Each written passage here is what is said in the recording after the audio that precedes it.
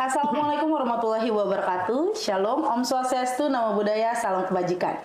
Sejak secara sah diberlakukan pada tanggal 2 Januari 2026, Undang-Undang Nomor 1 Tahun 2023 tentang Kitab Undang-Undang Hukum Pidana atau biasa juga disebut dengan KUHP Nasional menimbulkan banyak sekali polemik di dalam masyarakat. Hal tersebut membuktikan bahwa respon masyarakat sangat banyak terhadap undang-undang baru ini. Salah satunya adalah tentang tindak pidana terhadap martabat presiden dan atau wakil presiden. Pemerintah mengatakan bahwa tujuan tindak pidana ini diberlakukan adalah untuk melindungi martabat kepala negara. Namun di sisi lain, masyarakat menganggap bahwa tindak pidana tersebut dapat menjadi alasan kriminalisasi kritik atau pembatasan terhadap kebebasan berekspresi. Apalagi beberapa pasal di dalamnya merupakan pasal yang menjadi hidup kembali setelah dibatalkan oleh Mahkamah Konstitusi. Untuk itu pada episode kali ini kita akan membahas lebih lanjut bersama praktisi hukum yang sudah kita undang. Selamat datang Bapak Muslim Caniago. Apa kabar Bapak? Baik, alhamdulillah. Iya. Oke. Pak, tadi saya sudah sedikit membahas mengenai adanya Undang-Undang Nomor 1 Tahun 2023. Saya sangat penasaran Pak, karena Bapak salah satu praktisi hukum yang lumayan, bahkan banyak yang mengenal Bapak ya, karena Bapak beberapa kali menulis juga, memberikan tanggapan juga di beberapa artikel. Menurut Bapak, bagaimana pandangan Bapak terhadap Undang-Undang Nomor 1 Tahun 2023 Pak?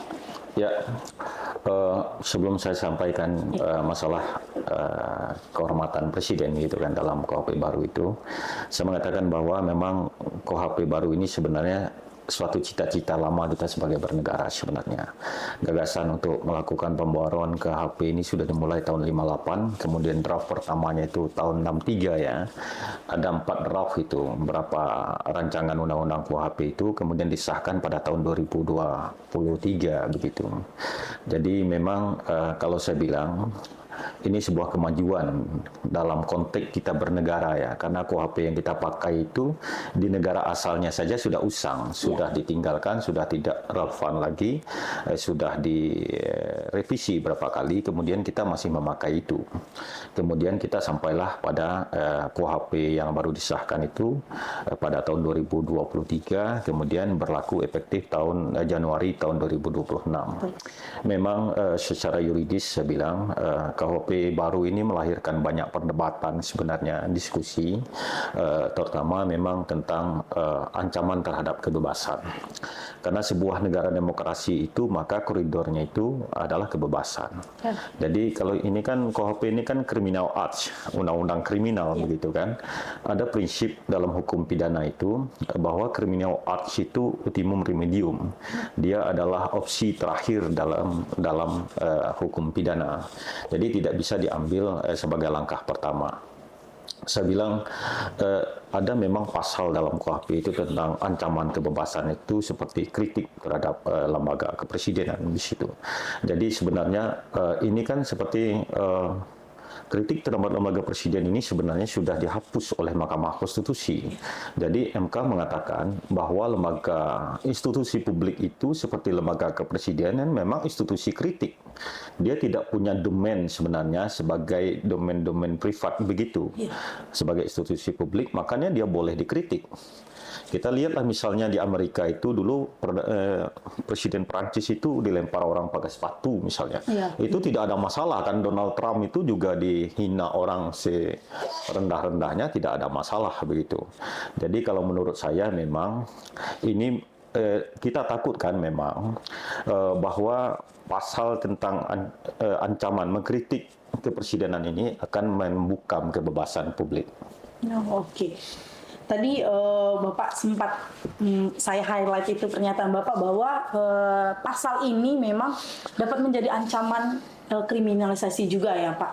Karena memang banyak sekali setelah apalagi setelah disahkan kemarin ya Pak pada tanggal 2 Januari itu bahkan di media sosial ada seperti kampanye bahwa telah terjadi inisiasi pembungkaman terhadap masyarakat.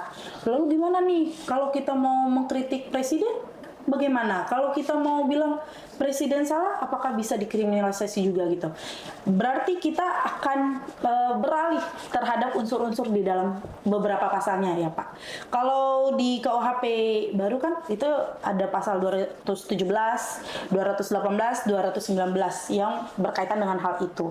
Ada beberapa unsur seperti penyerangan kehormatan atau harkat dan martabat.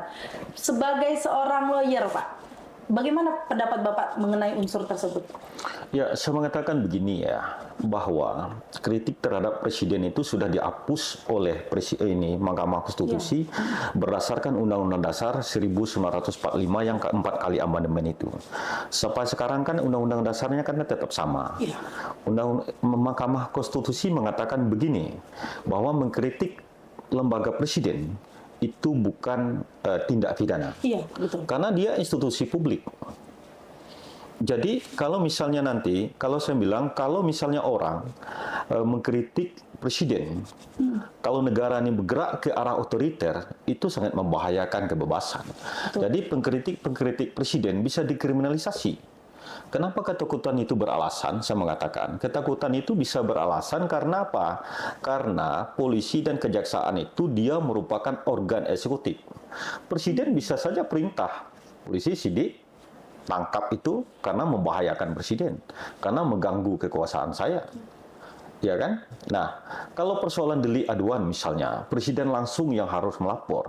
Artinya dia presiden secara privat, bukan secara publik. Dia tidak bisa dong, karena dia mengkritik seorang presiden yang memang fungsinya itu fungsi publik.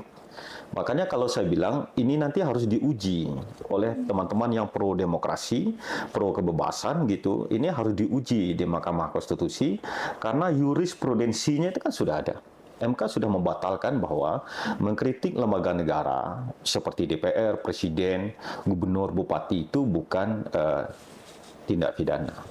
Oke. Udah clear itu. Ya, saya sangat tertarik tadi ketika Bapak menyatakan bahwa baik kejaksaan, kepolisian itu kan sebenarnya organ eksekutif. Iya. Iya, karena ada banyak beberapa tulisan-tulisan ilmiah yang menyatakan bahwa sebenarnya baik kepolisian, kejaksaan ataupun Mahkamah Agung itu harusnya berdiri secara mandiri. Karena dia sebagai salah satu aparat penegak hukum. Tapi di sisi lain, ya seperti kepolisian, kejaksaan itu kan dia organ eksekutif, mau tidak mau tunduk pada presiden juga. Nah, sedangkan pasal ini kan pasal aduan ya Pak, kalau pasal 220. Saya jadi tertarik, kalau pasal aduan kan berarti harusnya presiden sendiri yang melaporkan Pak.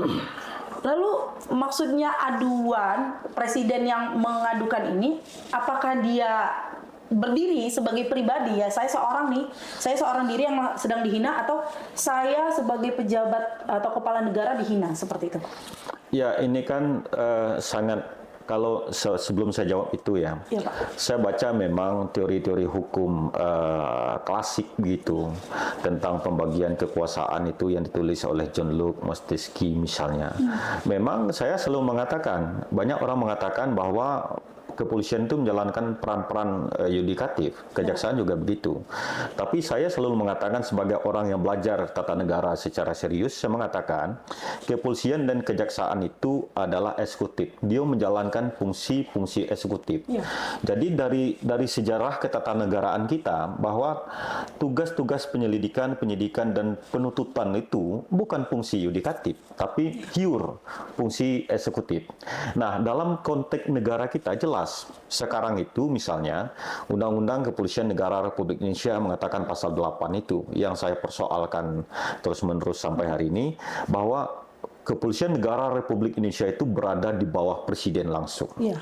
Iya kan? Bisa saja kan kalau urusan teknis melapor itu gampang saja. Presiden melapor, dia panggil dong Kapolri, dia panggil kabar reskrimnya, ini tolong diproses gitu kan, karena mengganggu ini kekuasaan. Ini kan sangat tumpang tindih nanti. Iya. Apakah yang dikritik itu kekuasaan presidennya? Nah, ini kan bisa orang mengatakan presiden itu melekat. Dia sebagai orang melekat dengan kekuasaannya, betul. Tapi kan ketika dia itu menjalankan fungsi kepresidenan, berarti dia sedang menjalankan fungsi-fungsi kenegaraan, dia tidak bisa dikritik. tidak bisa dikritik. Kalau misalnya disebutkan di situ delik aduan, berarti presiden sebagai sebagai perdata ya, privat. Ya. Nah, ketika dia diangkat menjadi presiden, dia sebenarnya hak-hak keperdataannya itu hilang. Hilang hak-hak keperdataan. Kalau misalnya laporan, presiden bisa panggil dong. Kejagung misalnya, dia panggil Kapolri, dia bisa lapor. Dia alat pembantu dia kan. Makanya saya selalu mengatakan bahwa pasal terhadap kritik terhadap presiden ini membahayakan demokrasi dan kebebasan sipil. Dia ini nanti kan sekarang ini kan kita bernegara ini kan bergerak ke arah nilai-nilai yang ultra konservatif. Ada orang mengatakan kita sedang bergerak ke menguatnya nilai-nilai konservatif. Saya mengatakan ultra konservatif. Sekarang itu kekuasaan negara sedang kuat. Misalnya parlemen itu sudah dikooptasi menjadi paduan suara. Tidak ada lagi kekuatan oposisi. Rakyat tidak ada yang bersuara. Perguruan-perguruan tinggi mulai diragi dan dikooptasi. Rektor diundang semuanya, dia akan di briefing nanti untuk mendukung kekuasaan. Jadi kalau konteksnya seperti itu dalam negara yang sangat kuat, jadi kontrol negara itu hanya diletakkan kepada kebebasan masyarakat sipil. Kebebasan masyarakat sipil. Nah, kalau kritik masyarakat sipil ini terhadap presiden, itu dianggap misalnya presiden menilai secara subjektif itu mengganggu saya, dia bisa kriminalkan orang. Ya. Dia siapa yang menilainya, subjektivitasnya? Ya kan, bisa saja kalau orang mengkritik misalnya program presiden dan segala macam. Kalau presiden mengatakan itu mengganggu negara, merusak kekuasaan presiden misalnya, dia bisa mengancam kebebasan. Itu ancaman serius terhadap kebebasan. Iya. Ya. Betul, Pak. Saya jadi semakin tertarik, Pak, karena menjadi pertanyaan juga ketika memang pasal ini diperuntukkan untuk subjektif presiden sebagai diri yang orang yang bertindak atas dirinya sendiri, bukan sebagai kepala negara. Kenapa nggak pakai pasal-pasal pada umumnya saja? Karena kan dia subjek hukum. Saya dulu dilantik sebagai anggota KPU itu, 5 tahun itu saya anggota KPU. Tidak ada muslim pribadi di sana. Ya. Presiden itu kalau dilantik misalnya 5 tahun sebagai presiden, dia itu 24 jam itu sebagai presiden. Kapan kita memisahkan dia sebagai pribadi dengan seorang presiden? Tidak bisa. Berarti ketika misalnya Pak, ketika benar juga kalau kita kritik masalah program kerjanya, ya itu kan dia sebagai presiden. Iya. Itu tanggung jawab dia. Dia istilahnya kalau anak-anak zaman sekarang itu job desk-nya dia. Saya tanya misalnya sama Anda kan di SK kan sebagai dosen. Iya. Anda tidur tengah malam pun itu sebagai dosen. Iya, betul. Nggak ada dalam SK Anda itu jam 12 malam Anda sebagai manusia biasa, nanti pagi harinya sebagai dosen. Tidak seperti itu. Presiden juga begitu. Makanya kalau saya bilang ya, kritik terhadap lembaga kepresidenan itu sebagai lembaga negara ya, itu di banyak negara-negara demokrasi sudah ditinggalkan. Ya. Kenapa kita mengadopsi itu lagi? Padahal ini juga saya mengatakan, MK sudah mengatakan, mengkritik presiden itu bukan kriminal, bukan tindak pidana. Karena dia bukan subjek hukum, bukan orang seperti kita yang punya perasaan. Iya kan? Iya. Nah, tidak bisa. Makanya saya mengatakan tidak ada landasan konstitusionalnya, landasan argumentasinya sebenarnya mempertahankan undang-undang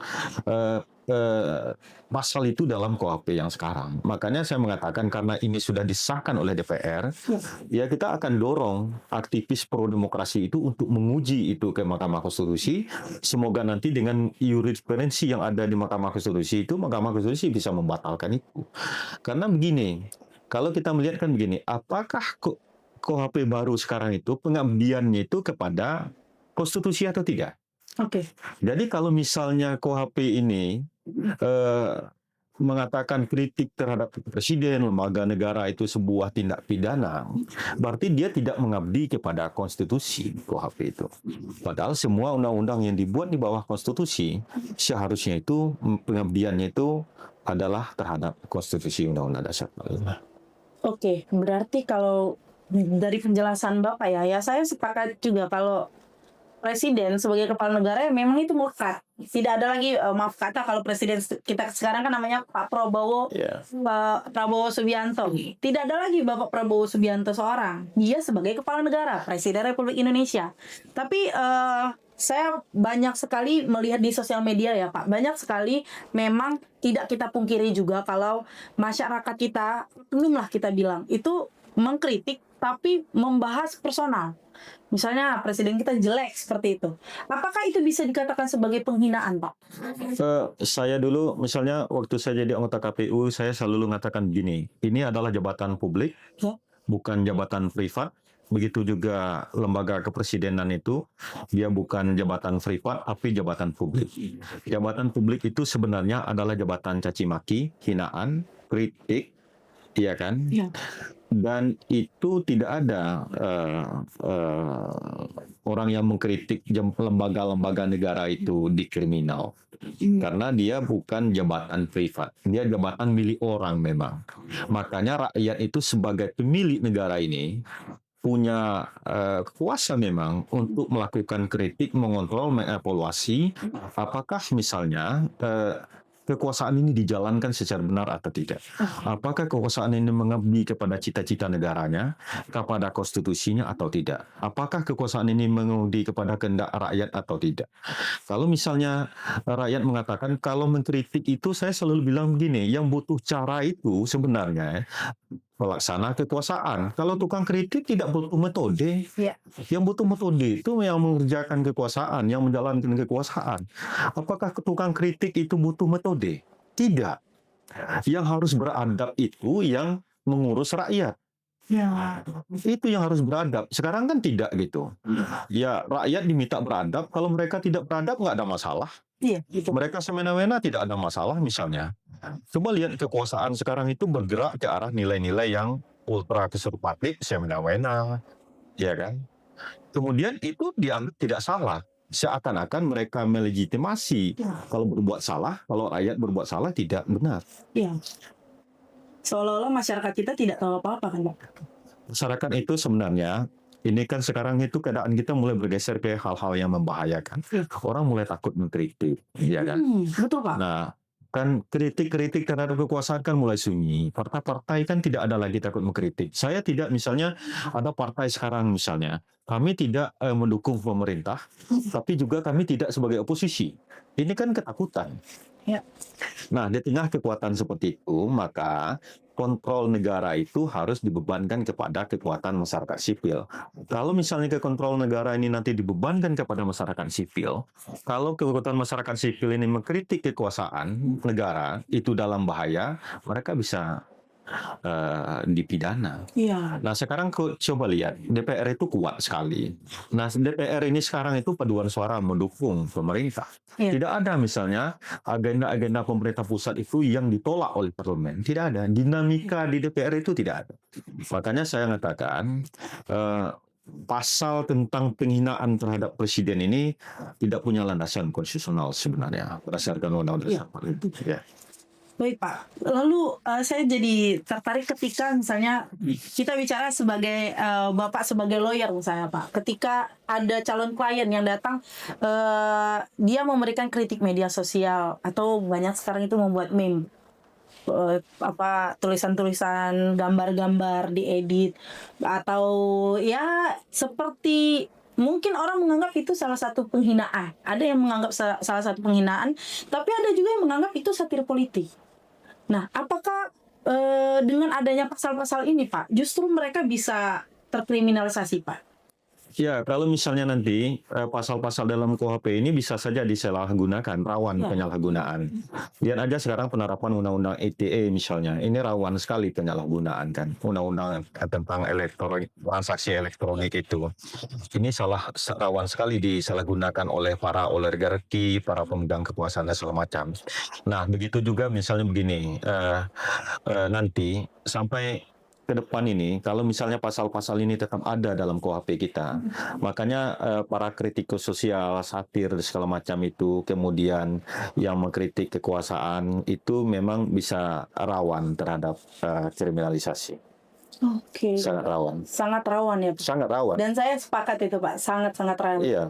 Bahkan yang kasihan itu ketika masyarakat yang memang dia masih peduli terhadap negara, ketika ada program kerja yang ya dirasa sangat menyulitkan masyarakat, dia berkomentar yang diiringi dengan tulisan-tulisan lalu dianggap penghinaan, kan itu jadi Kan begini, ada terminologi yang sering kita saya sampaikan. Sebenarnya sifat dasar kekuasaan itu jahat dan bengis.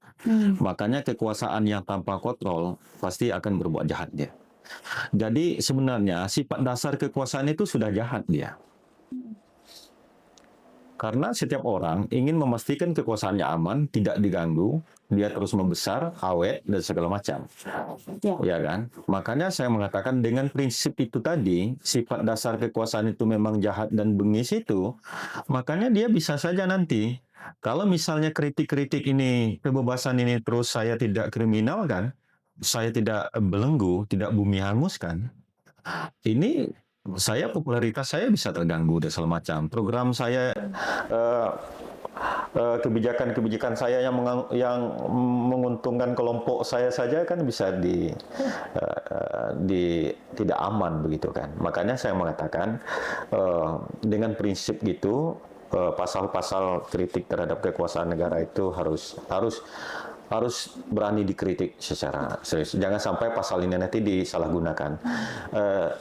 Anda lihat aja sekarang misalnya, institusi kepolisian itu kuat sekali. Kejaksaan itu kuat sekali sekarang misalnya. Untung saja kemarin diselamatkan oleh Mahkamah Konstitusi itu, polisi tidak boleh lagi kemana-mana. Ya, gitu. betul. Ya kan? Jadi kalau boleh kemana-mana coba bayangkan. Kuat sekali mereka ini kan.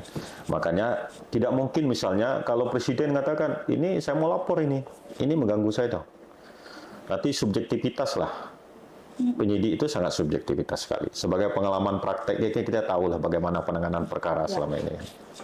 Baik, apakah implikasi yang tadi Bapak sebutkan tadi, yang memang sangat bisa berbahaya dampaknya bagi masyarakat, bisa berdampak juga ke jurnalis, ke akademisi, Pak? Kan sekarang berapa banyak itu, misalnya media yang jurnalis yang dikriminalisasi dan segala macam. Saya misalnya jurnalis itu saya ngomong, ada keputusan MK itu kalau persoalan kriminalisasi terhadap jurnalis dalam menjalankan tugasnya itu mestinya kan harus diusut berdasarkan undang-undang pers. Tidak bisa menggunakan pendekatan KUHP. Tapi kadang-kadang kan penegak hukum menggunakan KUHP dong. Ya kan? Jadi misalnya sekarang kelompok kritis itu paling banyak itu kan dari perguruan tinggi kan. Ya. Jadi kalau misalnya yang berani mengkritik itu kekuasaan itu pasti para akademisi. Kenapa? Kenapa para akademisi itu yang paling berani mengkritik kekuasaan? Satu, dia integritasnya relatif terjaga. Yang kedua, mereka kompeten. Nah, kalau nanti misalnya nanti ada pembungkaman ini, ya kan, atau mereka dikriminalisasi dan segala macam ini, maka kan kritik itu kan sudah tidak akan ada lagi. Coba lihat sekarang itu, misalnya harus ada upaya konsolidasi yang dilakukan oleh kekuasaan, bagaimana kritik itu hilang. Sekarang itu kan coba Anda lihat itu kritik terhadap pemerintah dalam semua tingkatan itu nyaris sunyi lah. Artinya kan tidak ada pasal itu aja kritik ini kan sunyi gitu. Apalagi ada ketakutan seperti itu gitu kan. Nah, makanya kalau menurut saya memang kekuatan masyarakat sipil harus menguji ini. Tapi saya dengar itu beberapa teman saya sudah mengatakan pasal tentang kritik terhadap kekuasaan presiden ini akan diuji di Mahkamah Konstitusi. Oke, saya sih berharapnya banyak masyarakat kita yang berani untuk menguji itu, Pak. Jadi karena sangat merugikan menurut saya ketika jadi sekarang itu istilahnya sedikit-sedikit lapor, sedikit-sedikit kita dibungkam. Bahkan ada kampanye kalau di Instagram itu kan Pak, orang sering buat kampanye yang di repost orang. Itu banyak yang bilang lebih baik diam. Bahkan banyak bukan hanya masyarakat sipil biasa, istilahnya bukan hanya masyarakat yang mahasiswa, yang orang-orang yang bekerja di kantoran, tapi termasuk artis, ada bahkan stand up komedi yang menjadikan satir-satir politik itu menjadi pembahasan dalam materinya. Jadi ya akan sangat berbahaya ketika pasal ini justru disalahgunakan. Ya kan Pak, oke kita bilang sebagai presiden, sebagai kepala negara, presiden dan wakil presiden itu memang harus dilindungi martabatnya. Tapi saya sangat sepakat dengan Bapak. Apakah mereka bermartabat ketika memberikan keputusan-keputusan yang justru merugikan rakyat? Bahkan akhir-akhir ini kan banyak sekali putusan dari beliau-beliau ini yang ya menurut saya kurang elok dan bahkan sangat merugikan masyarakat sendiri. Jadi saya ingin menanyakan lebih lanjut Pak. Ketika ini semua terjadi, di luar nanti ada judicial review mengenai pasal-pasal tersebut, kemungkinan besar apa dampak hukumnya terhadap iklim demokratis di Indonesia Pak?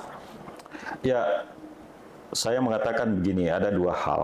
Pertama, di Indonesia ini, mereka itu tidak sadar mereka ini sebenarnya sebagai pemimpin institusi demokratis. Ya. Institusi demokrasi, begitu.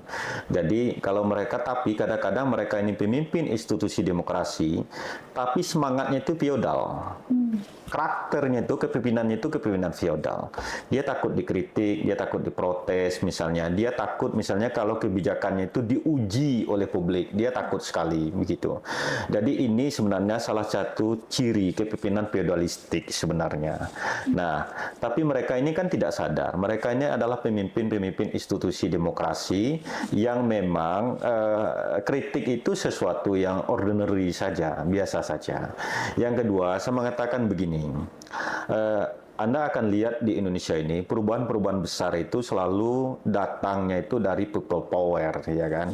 Coba lihat aja itu, misalnya gerakan-gerakan sosial besar itu berasal dari people power. 65, 98 itu. Saya juga memprediksikan 25 sampai 30 tahun setelah 98 itu ada gerakan-gerakan besar.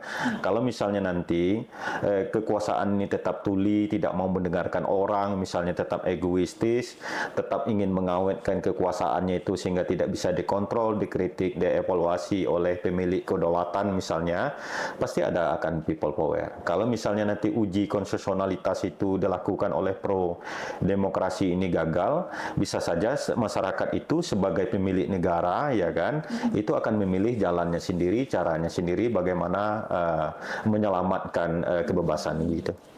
Oke Pak. Menarik sekali ternyata pembahasan kita kali ini Pak. Karena saya menemukan beberapa orang itu sangat takut untuk mengkritik beberapa pasal dalam KUHP nasional termasuk pasal ini.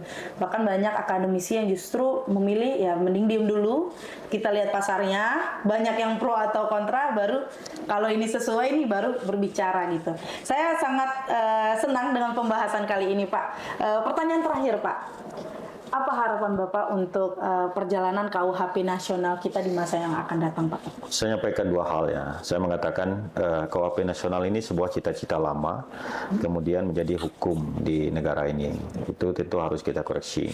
Tapi kita juga harus berani mengatakan bahwa KUHP ini harus banyak dilakukan koreksi. Ada kekuasaan-kekuasaan yang terlalu besar diberikan kepada lembaga-lembaga tertentu. Potensial sewenang-wenang itu tetap ada. Yang kedua, yang ketiga, saya mengatakan KUHP ini memang akan memberikan ancaman serius terhadap kebebasan masyarakat sipil, terhadap tokoh-tokoh kritis, orang-orang yang mencintai kebebasan, nilai-nilai luhur negaranya ini yang distorsi oleh negara. Misalnya, negara itu sebenarnya tidak boleh merusak kebebasan itu, tidak boleh mengganggu prinsip-prinsip kebebasan, berekspresi, menyampaikan pendapat dan segala macam, karena hak-hak itu lebih tua dari state itu negara sendiri. Jadi hak-hak kebebasan, ya kan, berekspresi, menyampaikan gagasan pikiran itu tidak boleh didistorsi oleh negara. Nah sekarang itu KUHP ini memberikan legalitas sebenarnya kepada pihak negara untuk membatasi, mengancam atau bahkan merusak nilai-nilai luhur itu yang sudah ada sepanjang peradaban manusia. Makanya saya mengatakan ini kita harus berani mengatakan ini produk hukum yang memang sudah kita tunggu, tapi kita juga harus berani mengatakan secara tegas bahwa KUHP ini harus dilakukan koreksi secara cepat, secara dini, sebelum dia memakan korban. Baik, terima kasih Pak Muslim. Sangat deep tadi ya harapannya untuk KUHP nasional kita. sangat menarik pembahasan kita di episode kali ini, dan saya harap kita sebagai masyarakat yang mungkin sangat-sangat mencintai negara ini, harusnya bukan mungkin ya, sudah pasti mencintai negara kita sendiri, tidak mengambil langkah lebih baik diam. Tapi kita akan terus-menerus meninjau kembali kekuasaan, meninjau kembali ketentuan-ketentuan hukum yang kemungkinan akan merugikan kita sendiri. Sekian episode kita kali ini. Harapannya episode kita dapat lebih bermanfaat lagi terhadap masyarakat luas, khususnya masyarakat Indonesia. Spill the Law, bicara hukum, bicara kita.